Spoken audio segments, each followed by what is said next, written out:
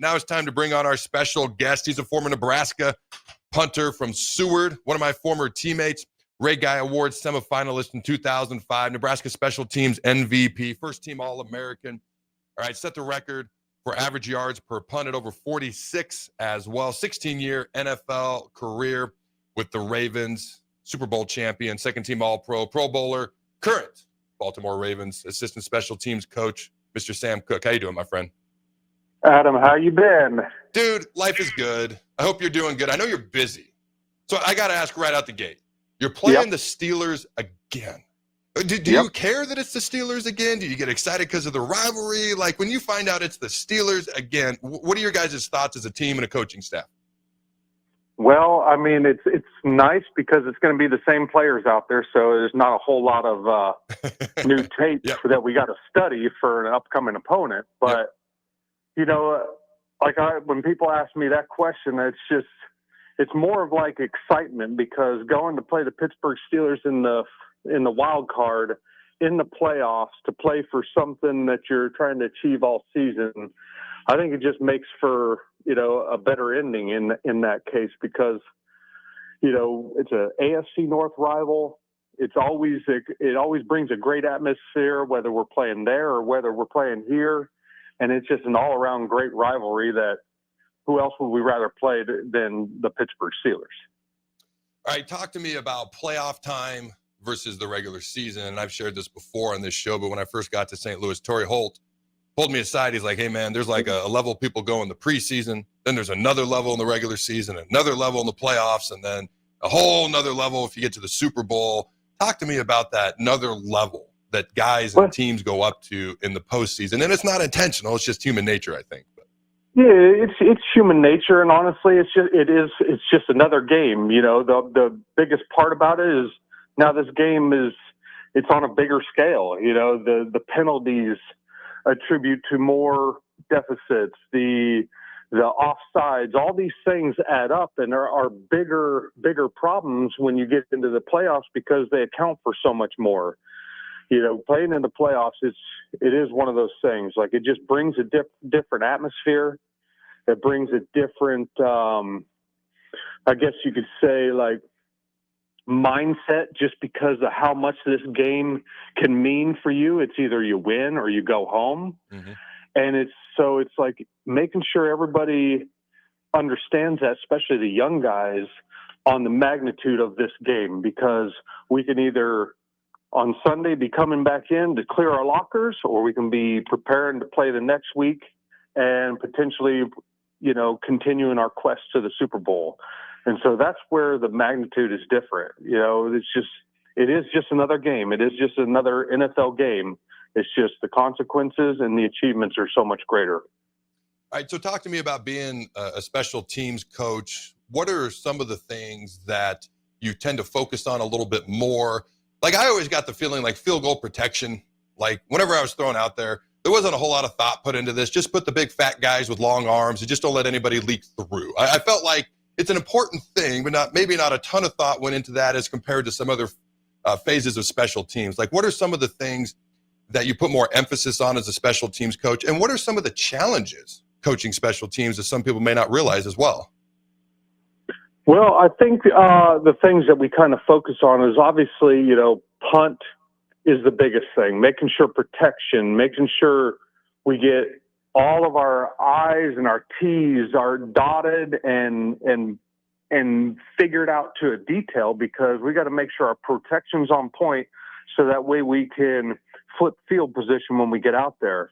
The last thing you want is for somebody to slip and miss focus and not protect their guy, and then we have a blocked punt, which can totally change the momentum of a game. And so we put a lot of emphasis on punt and making sure protection and seeing all the rushes that they've had over the years, and, you know, what other people might have, because this league is a copycat league and people see rushes and they try to exploit those. So we put a lot of emphasis on that. Yeah.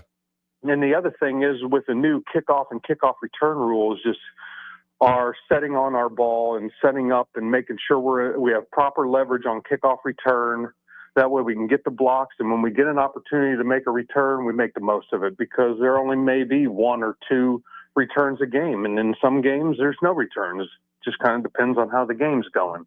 Talk to me about that, because the guys are like 5-10 yards apart now, whereas you had the whole field's worth of momentum if you were the kickoff team running downfield, and you haven't been able to build a wall on the return team in years. But now everything's much closer. It's much more confined. There's also less returns on the kickoff return. How much has that changed the game, and especially in special teams, in your opinion, in the NFL?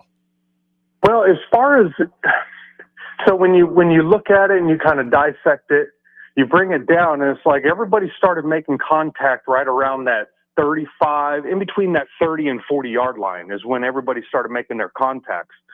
Well, we're basically, in essence, just getting rid of that running start by the kickoff team, and now just bringing everybody to where that block zone was always happening in the old system.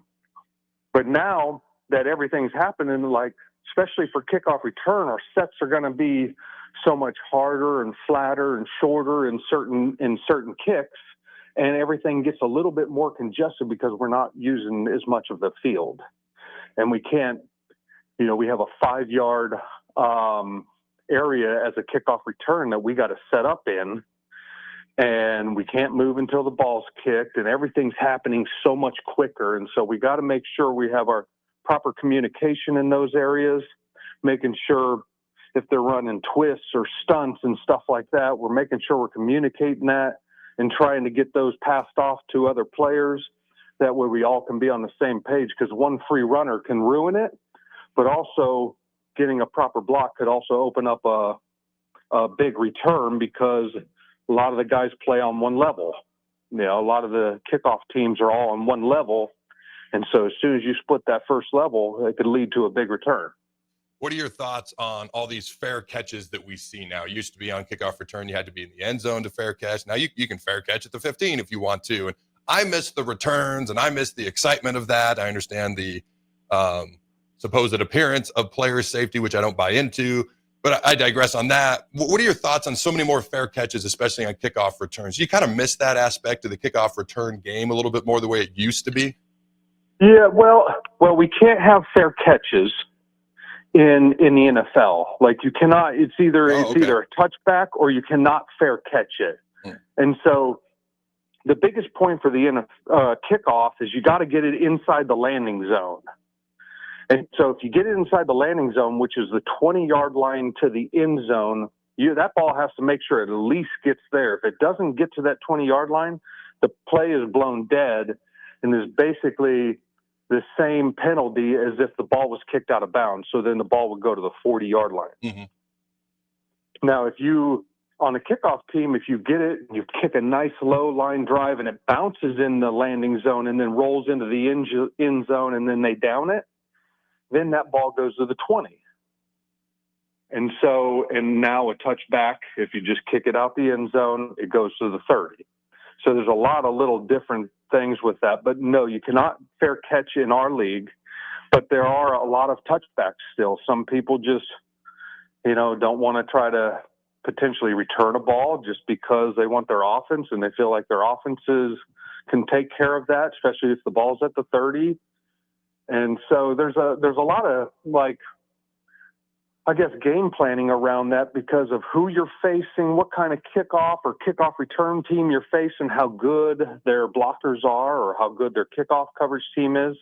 So there's a lot more that goes into that. And then ultimately it's up to special teams coach and the head coach on whether or not we want a ball to be returned or if we want a ball kicked out the end zone. Yeah, no, that makes a lot of sense. I should have used the word touchback. That's what I meant. But no, that was phenomenal clarification between the differences in NFL and college football on some of the return rules that exist.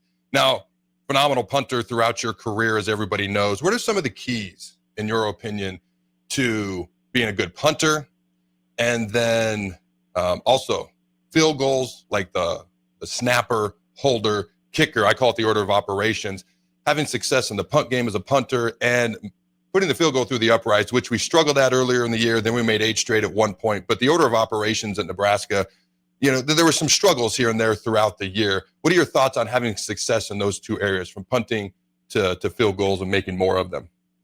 Well, it comes down to consistency and working those quality reps, especially with the operation, with the snapper and the holder and the kicker, being on the same page, feeling comfortable, being consistent day in, day out, making sure the kicker has the same approach every time, making sure the holder gets the ball down quick enough so that the kicker can be able to react and be able to see the ball and be able to find a sweet spot on the ball. And then the biggest thing, honestly, like in the difference between the NFL and college, is NFL snappers are so good, such as Nick Moore, Morgan Cox, that when they snap that ball like a short snap, you're getting the laces right where they need to be 90 to 95% of the time.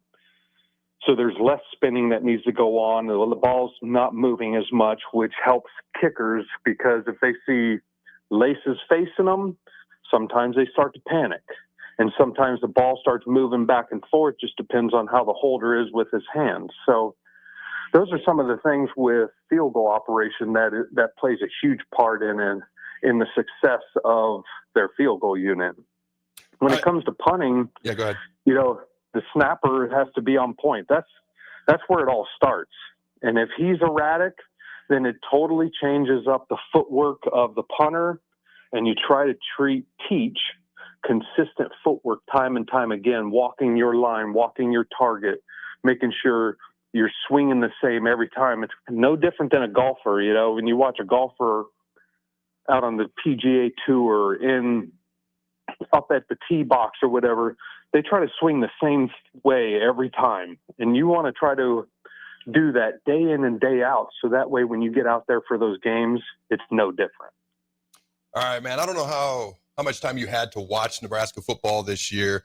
Obviously, we've let the special teams coordinator, Ed Foley, go, or relieved him of his special teams coordinator duties. What were kind of your thoughts on the ups and downs of Nebraska's season when it came to the special teams side of things?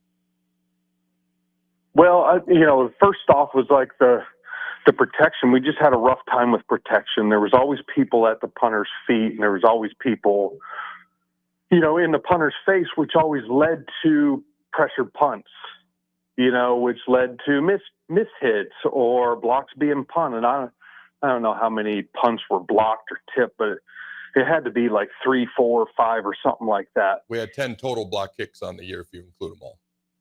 Oh, yeah, including the field goals? Yep, and PATs. Okay, so, yes. Yeah, well, and as you know as well as I do, Adam, when it comes down to that, it's either one, it's the operation is too slow, or two, the protection up front is just lacking and something needs to be fixed there. Mm-hmm. And a lot of the times it is, more so protection, just because, and you can't just blame it on the protection. But if a punter's getting the ball off in 2 seconds in college, we should be able to protect for that long. Mm-hmm. All right, man. I appreciate you taking the time. As always, it's good to catch up and chat with you. Good luck this weekend against the Steelers and going forward in the NFL playoffs, my man. I appreciate it, Adam. Great talking with you.